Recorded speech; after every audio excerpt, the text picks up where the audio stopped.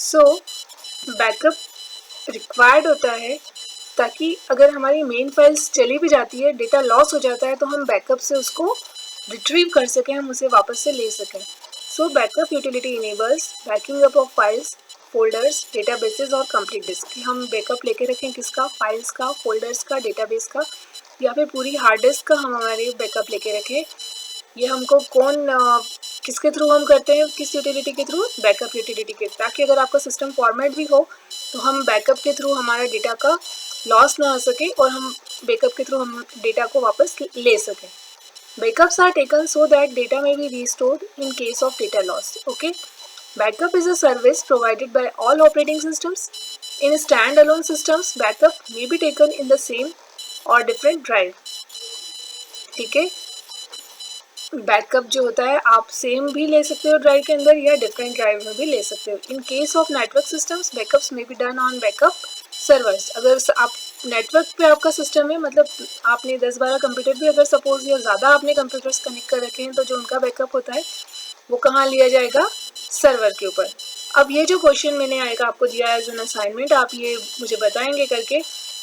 Right the names of some popular antivirus software.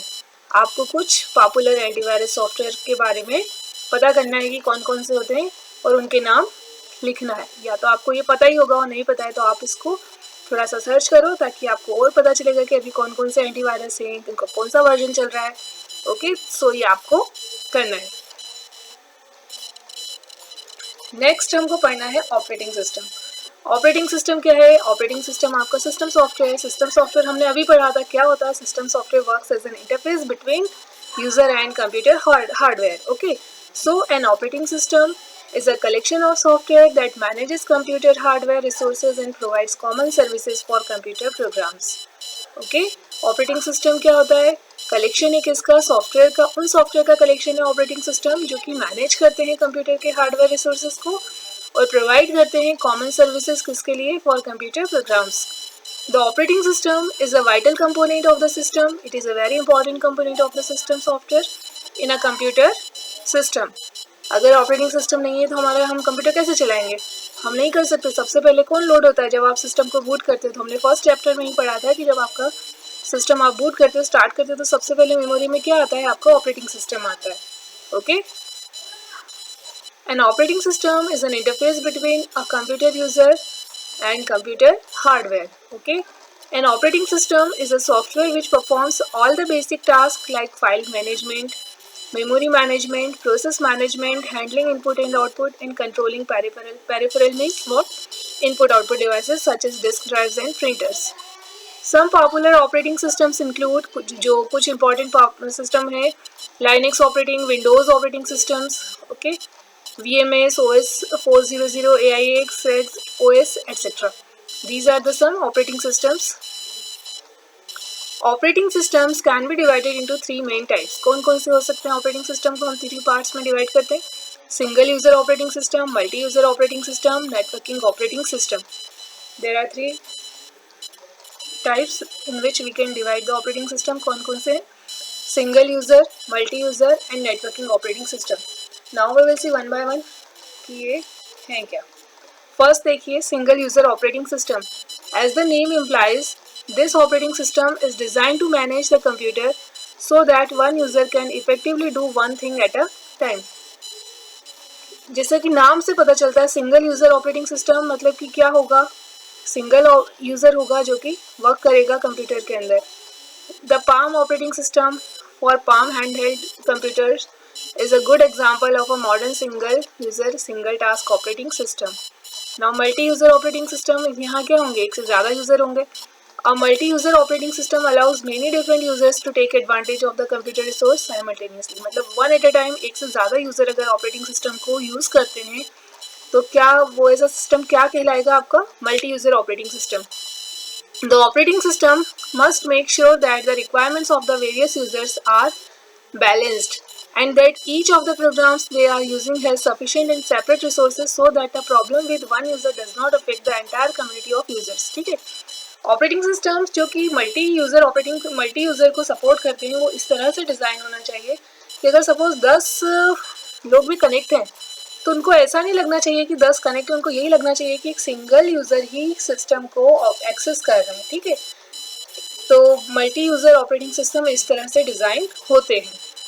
Unix, VMS and mainframe operating systems such as MVS are examples of multi-user operating systems. Next is your networking operating system. It is one of the important type of operating system. Network operating system runs on a server and gives the server the capability to manage data, users, groups, security applications and other networking functions. Network operating system कहाँ होगा? जब कुछ computers या एक से ज़्यादा जब भी कंप्यूटर अगर कनेक्ट होते हैं, किसी नेटवर्क से कनेक्ट अगर वो हैं, तो जो आपका नेटवर्किंग ऑपरेटिंग सिस्टम होगा वो कहाँ रन होगा? सर्वर के ऊपर, क्योंकि जो आपका मेन कंप्यूटर है वो आपका सर्वर है, बाकी सारे जो हैं आपके क्या है? क्लाइंट कंप्यूटर्स होंगे. तो जो नेटवर्क ऑपरेटिंग सिस्टम होगा वो कहाँ पर इंस्टॉल्ड होगा? सर्वर के ऊपर, और वहीं पर ये रन होगा एंड गिव्स द सर्वर. और वो सर्वर को क्या क्या कैपेबिलिटीज़ देगा? वो जो कि जितने भी क्लाइंट कंप्यूटर है उनके डेटा को मैनेज करे, उन यूज़र्स को मैनेज करे, जितने ग्रुप्स हैं उनको मैनेज करे, उनको सिक्योरिटी प्रोवाइड करे, एप्लीकेशंस प्रोवाइड करे उनको, मतलब जो भी ऐप्स, जो भी एप्लीकेशंस उनको नीडेड है वो प्रोवाइड करे, एंड अदर नेटवर्किंग फंक्शंस, और जो भी दूसरे नेटवर्किंग फंक्शंस होते हैं वो सभी क्लाइंट कंप्यूटर्स को प्रोवाइड करे.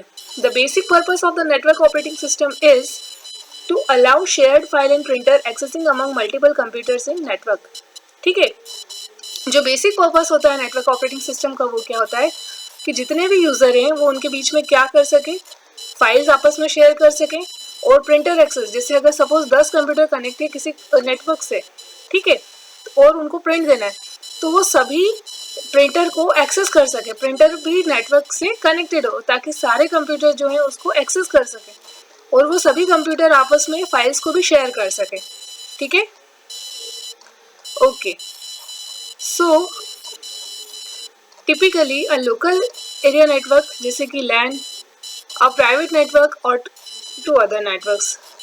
Some examples of network operating systems include Microsoft Windows Server 2003, Microsoft Windows Server 2008, Unix, Linux, Mac operating system, Novell NetWare and BSD. These are the some of the examples of network operating systems. ठीक है, समझ में आया आपको? Now functions of operating system. The operating system perform the following functions in a device. First देखिए, ये कुछ functions है operating system के: instruction, input output management, memory management, file management, processor management, job priority, special control program, scheduling of resources and jobs, security management, monitoring activities, job accounting, translate management, production management, integrity management, communication management. These are the functions. First देखिए instruction. The operating system establishes a mutual understanding between the various instructions given by the user. ठीक है, क्या करता है operating system? The operating system establish करता है एक mutual understanding किसके बीच में? Various instructions given by the user. Because हमने इसकी डेफिनेशन में देखा, आपने देखा कि सिस्टम सॉफ्टवेयर ऑपरेटिंग सिस्टम क्या होता है? It works as an interface between user and computer hardware.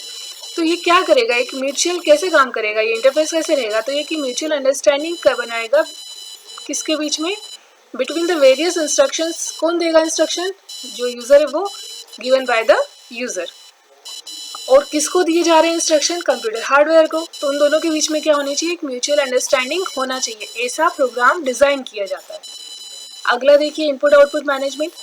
What output will come from the input given by the user? What output क्या आएगा जब कोई input user के द्वारा दिया जाएगा? So the operating system runs this program.